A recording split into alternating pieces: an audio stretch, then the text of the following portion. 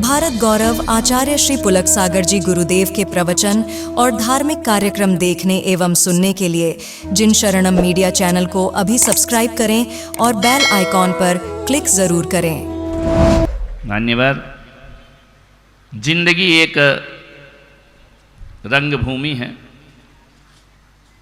अफसोस है कि कुछ लोग इसे रणभूमि बना देते हैं। जिंदगी एक स्वर्ग है, अफसोस है कि लोग इसे नरक में बदल दिया करते हैं। जिंदगी एक आनंद है कि अफसोस है कि लोग इसे विषाद और पीड़ा में लगा देते हैं। जिंदगी एक परमानंद है, मगर लोग उस जिंदगी को बड़ा बीभत्स रूप दे दिया करते हैं। मैं कहता हूं कि मरने के बाद स्वर्ग मिलता है या नहीं मिलता है मुझे नहीं मालूम, लेकिन जीते जी जिंदगी कैसे स्वर्ग बनती है इस सूत्र में तुम्हें जरूर प्रदान करता हूं। और एक बात याद रखना, जिसने इस जीवन को स्वर्ग बना लिया उसे मरने के बाद भी स्वर्ग मिलेगा। वो जो नरक सी जिंदगी जिएगा वो भगवान के मंदिर में भी प्राण छोड़े तो भी उसे नरक के ही द्वार खुले मिलेंगे। ध्यान रखिए, स्वर्ग नरक कोई आकाश के ऊपर नहीं हुआ करते हैं। स्वर्ग नरक हमारी जिंदगी, हमारा सोच हुआ करता है। हम चाहें तो इस जीवन को स्वर्ग सा बना लें और हम चाहें तो इस जीवन को नरक में परिवर्तित कर सकते हैं। ये आपके ऊपर निर्भर है कि जीवन को स्वर्ग बनाना है या जीवन को नरक बनाना है। तुम्हारे ऊपर निर्भर है। कोई कुछ नहीं कर सकता है, ना मेरा आशीर्वाद कुछ करेगा, ना मेरी दुआएं कुछ करेंगी। ध्यान रखना अहमदाबाद वालों, ये आखिरी ज्ञान गंगा का आखिरी अध्याय चल रहा है, आज पटाक्षेप होने वाला है।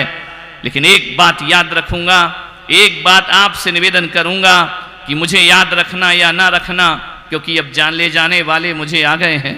मुझे याद रखना या ना रखना, और याद भी रखोगे तो कोई फायदा नहीं होगा, क्योंकि मैं तुम्हारे किसी काम का नहीं हूं। ध्यान रखना, मैं एक ही निवेदन आपसे करता हूं कि मुझे भूल जाना, मुझे याद मत रखना। लेकिन एक बात जरूर आपसे कहूंगा कि मुझे याद रखना या ना रखना, मेरी बातों को जरूर याद रखना अपनी जिंदगी में। ध्यान रखिए, मैं तुम्हारे काम आ पाऊं या ना पा पाऊं, मेरी बातें तुम्हारे बहुत काम आएंगी, पग पग पर काम आएंगी, कदम कदम पर काम आएंगी। मुझे याद करने से कोई मतलब नहीं है, मेरे इशारों को याद करो तो ध्यान रखना तुम्हारा नज़ारा बदल जाएगा, जिंदगी का किनारा बदल जाएगा। ध्यान रखिए, आपसे मैं निवेदन कर रहा हूँ, अंतिम बात आपसे यहाँ कहने जा रहा हूँ कि एक जीवन में चाहे वो हिंदू हो, चाहे मुसलमान हो, चाहे जैन हो, चाहे बौद्ध हो, चाहे सिख हो, चाहे ईसाई हो, चाहे शहरों का रहने वाला हो या शहरों का हो, चाहे गांव का रहने वाला हो, चाहे बड़ी बड़ी कोठियों में रहता हो, चाहे झोपड़ियों में जिंदगी गुजारता हो, अरे पढ़ा लिखा हो या अनपढ़ हो, ज्ञानी हो या विद्वान हो, स्त्री हो या पुरुष हो, बालक हो या बूढ़ा हो, हर जगह एक समस्या पनप रही है। बड़ी यूनिवर्सल समस्या है वह ना धर्म देखती है, ना जाति देखती है, ना उम्र देखती है।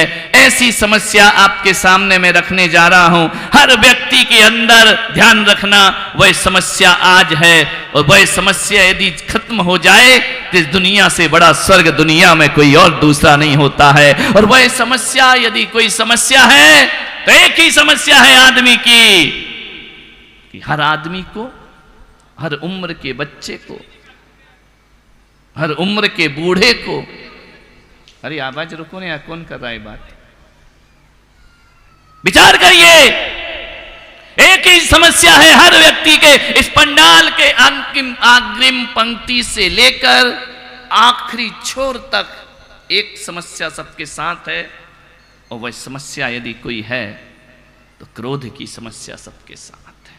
हर व्यक्ति को गुस्सा आता है, हर व्यक्ति को क्रोध आता है।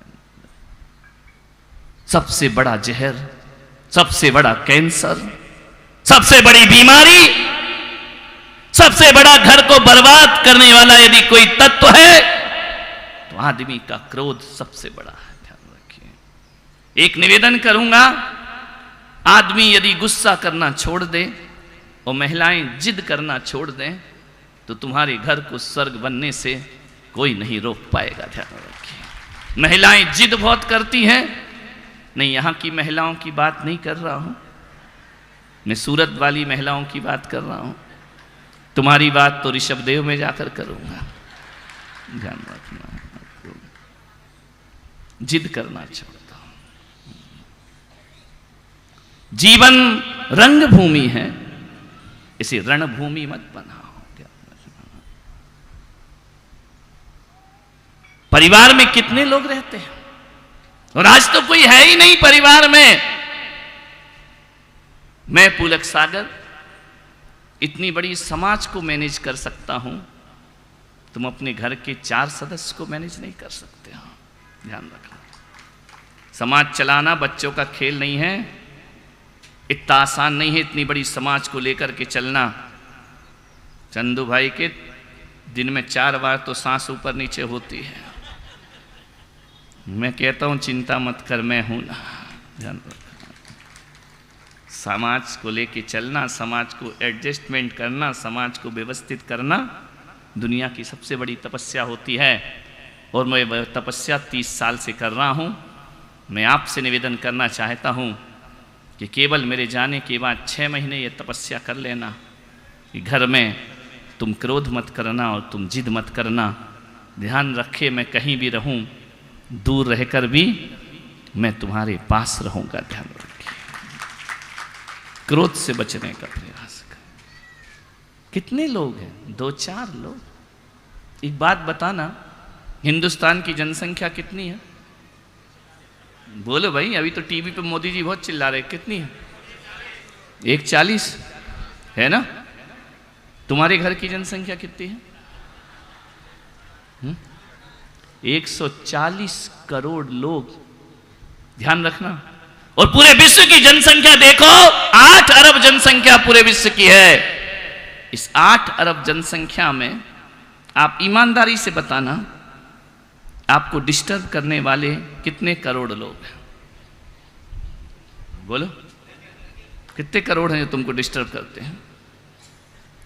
1 करोड़, 1 लाख, 50,000, 5,000, चलो 8 अरब छोड़ो, अहमदाबाद की बात करते हैं। यहां की जनसंख्या में तुम्हें गुस्सा दिलाने वाले कितने लोग हैं? बोलो, करोड़ों में है, लाखों में है, हजारों में है? बोलो, 4 लोग जिनके साथ तुम उठते बैठते हो। ध्यान रखना, तुम्हें डिस्टर्ब वही करते हैं, तुम्हें दर्द वही देते हैं, तुम्हें पीड़ा वही देते हैं, तुम्हें नरक में बनने को मजबूर वही करते हैं। हे मेरे भाई, पूरा अहमदाबाद तुम्हें दुख और सुख नहीं देता है। 2-4 लोग हैं जो तुम्हें सुखी और दुखी किया करते हैं। मैं आपसे निवेदन करता हूं, जब मैं घर में था, आचार्य विद्यासागर जी महाराज के पहली बार मैंने दर्शन किए।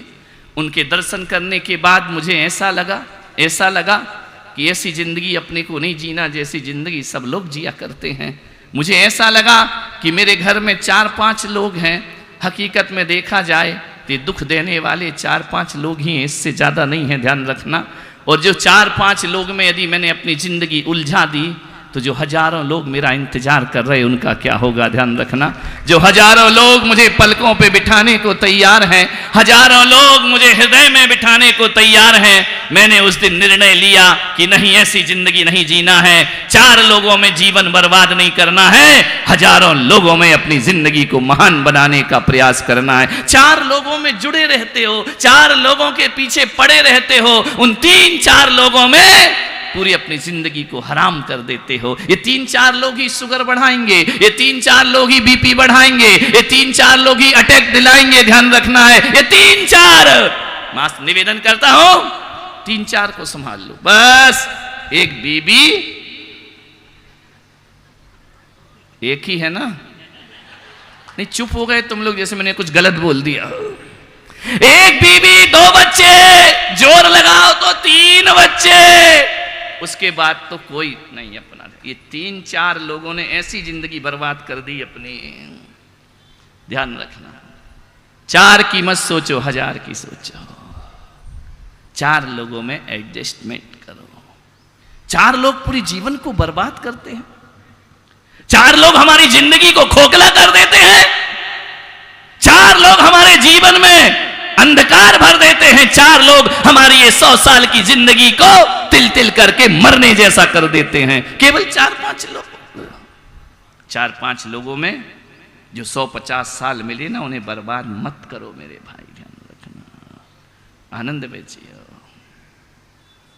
एक घर में बहुत लड़ाई होती थी, पहले क्या लड़ाई कम होती थी, मुझे लगता आजकल ज्यादा लड़ाई हो रही है, पहले इतनी नहीं होती थी। जितने सदस्य कम हो रहे हैं उतने झगड़े ज्यादा हो रहे हैं, ध्यान रखना। पहले संयुक्त परिवार था, 4, 6, 8, 10 दर्जनों से लोग रहते थे, एक को गुस्सा आता था दूसरा संभाल लेता था। मम्मी बच्चे को मारती थी तो दादाजी गोद उठा लेते थे, दादी गले से लगा लेती थी, उसका क्रोध शांत हो जाता था, उसका गुस्सा शांत हो जाता था। अब तो कोई नहीं है, कौन बचाएगा, कौन संभालेगा?